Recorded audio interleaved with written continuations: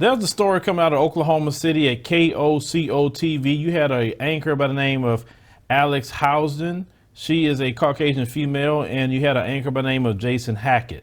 Now, that's a black anchor. Now, they was covering a story about a gorilla at a zoo, okay? Now, I want you to hear exactly what Alex says to Jason. Let's roll that short clip. See, Zoo just posted. Okay, you have to see this. This is Finn. We're about to show. Oh my goodness, take a look at him. He's a resident of the Oklahoma City Zoo, and this week the zoo's ape caretaker took over their Instagram, and we are all loving that they did. And as you can see, Finn was fascinated. Definitely ready for his close-up. Kind of looks like you. What do you say? Kind of looks like you. What do you say? So as you heard, she stated that the gorilla looked like him. Now we know good and well who used that kind of language. Racists use that language. White supremacists use that particular language. Now, in the next clip, she's allowed to apologize. And I want you to pay attention to a few things. I want you to pay attention to how she's going to apologize, pay attention to the gesture she make, and also pay close attention to this black man. But let's roll that clip. I'm here this morning because I want to apologize, not only to my coworker, Jason, but to our entire community. I said something yesterday that was inconsiderate, it was inappropriate, and I hurt people. And I want you to know, I understand how much I hurt you out there and how much I hurt you. I love you so much, and you have been one of my best friends for the past year and a half, and I would never do anything on purpose to hurt you. And I love our community, and I want you all to know, from the bottom of my heart, I apologize for what I said. I know it was wrong, and I am so sorry. Oh, Alex, thank you very much, and I do accept your apology, and I do appreciate your apology. I want to let everybody out there know that Alex is one of my best friends. I mean, we do what we do here, and you know, it's not as if we see each other here and then we leave and we go home. We talk every day, or almost every other day. I've told you things, I've shared things with you as a friend, and I do appreciate you and I do love you. All that being said, and Alex will be the first to admit this to you, what she said yesterday was wrong. It cut deep for me, and it cut deep for a lot of you in the community. I've heard the phone calls, and I've heard the Facebook messages as well. And I guess coming out of this, I want this to be a teachable moment, and that lesson here is that words matter. There's no doubt about that. Changing demographics here in this country, the demographics are changing. We're becoming a more diverse country, and there's no excuse. We have to understand the stereotypes. We have to understand each other's backgrounds and the words that hurt, the words that cut deep. And we have to find a way to replace those words with love and words of affirmation as well. You know, what we do here as broadcasters, we use words. Words are the tools of our trade. Much like a plumber would use a wrench or a doctor would use a scalpel, we use words. And our goal and what we need to do is use those words not to hurt and not to divide, but to build a more perfect union. And this is going to be a journey for us. We're learning things here. And we at KOCO5 hope that you join us along on this journey. Thank you guys very much. So you saw that she apologized. She started the waterworks. She's crying. Well, she wasn't crying when she said it, but she's crying because she got caught, because people on the internet caught that, and they started posting this video and saying, hey, man, she's calling this black man a gorilla. That's what she's calling him. So she's crying because she got caught, not because she got sorry. And she's worried about losing her job. So she's crying and saying, oh, how she loved him and they best of friends. And then I told you guys before about the touching aspect. We talked about this in the past. If you don't know about that, go back and look at the other clips where I told you about the touching and how that is one way to lower your defense, is by touching you while they're looking at you and crying, okay? Because we know people like Alex are great at turning on the waterworks. They really are. So after she said her little statement, he came out, as you saw, and I'm going to talk just how guys talk. I'm talking to guys. He came out looking like a weak and emasculated simp. That's what he came out looking like. There's no other way to call this.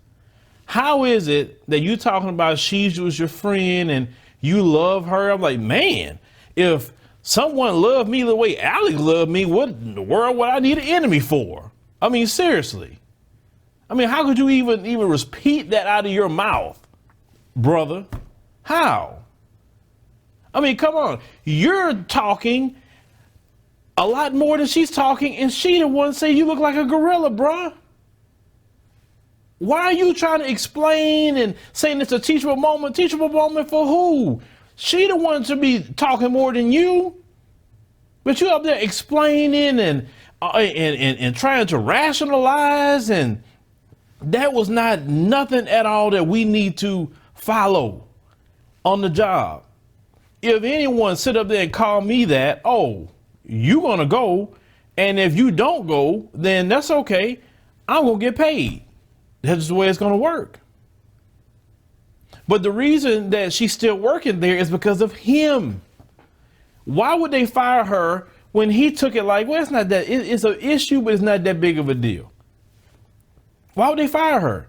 As many of y'all on Twitter, y'all calling the station, y'all tweeting them, y'all demanding she get fired.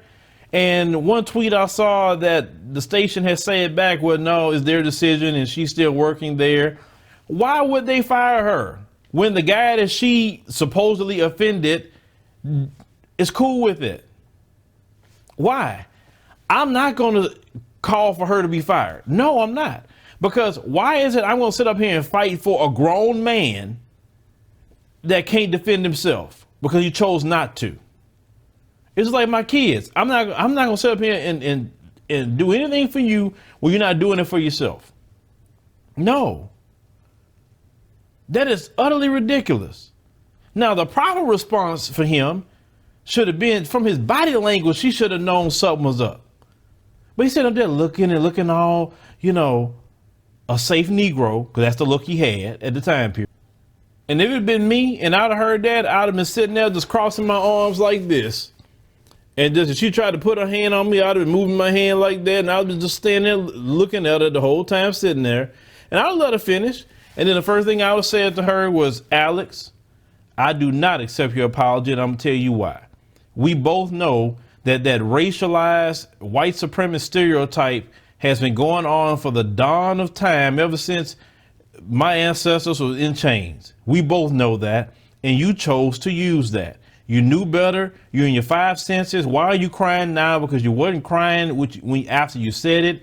You wasn't apologizing or anything. You're going to do it now on TV. So no, I don't accept your apology, for one. Now, you saying you love me as a friend or whatever. Well, man, I mean, what kind of friend are you? Will say something like that to me when you know the climate in this country. You know we having all the hate crimes and the shootings and all the different racialized incidents, and this is what you're going to use to me, a guy that you've been working with for a year and a half? I said, I cannot accept your apology. I say, if it's some sort of teachable moment for you personally, I believe you should be fired, because if I said that to you or say any kind of slur to you or anything out the way to you to make you feel uncomfortable, I would be fired. So I believe you should be fired, Alex.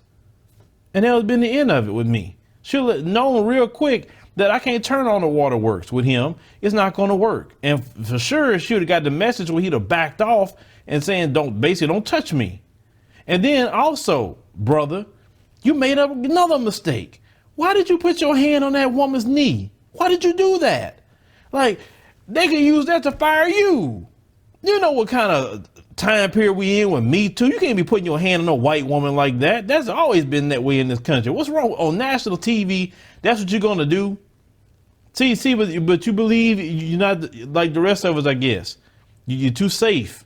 And that's why you thought it was okay to do that. Brothers, don't ever do what Jason done in response, or definitely don't put your hands on, don't put your hands on no woman, period, on the job. None. If y'all gonna touch each other off the clock. Don't touch each other at work. That's the quickest way to get yourself out the door. But I'm not gonna sit up here and just have a big, saying the station is wrong. No. If Jason is okay with being called a gorilla, then that woman need to keep her job. It's just that simple. We can't sit up here as a community, go fight for somebody that's not fighting for themselves. No, we can use that energy to fight for people that really need our help and assistance with issues and problems. But Jason is not one of them. And Jason, if you see this video, You need to check yourself. That's the only thing I'm saying. That's not the way a black man is supposed to conduct himself when he's the one that's been called a racialized name. You had every right to say something to her. You didn't have to cuss. You didn't have to name call anything, but you could definitely made your point clear. But that's not what we saw in your response. Very, very sad. But leave me a comment. Let me know what you think about the situation at this particular news station. Understand something. When you are treated this way, you have every right to check them. Every right to do so, even on the job. And he had the upper hand with the situation.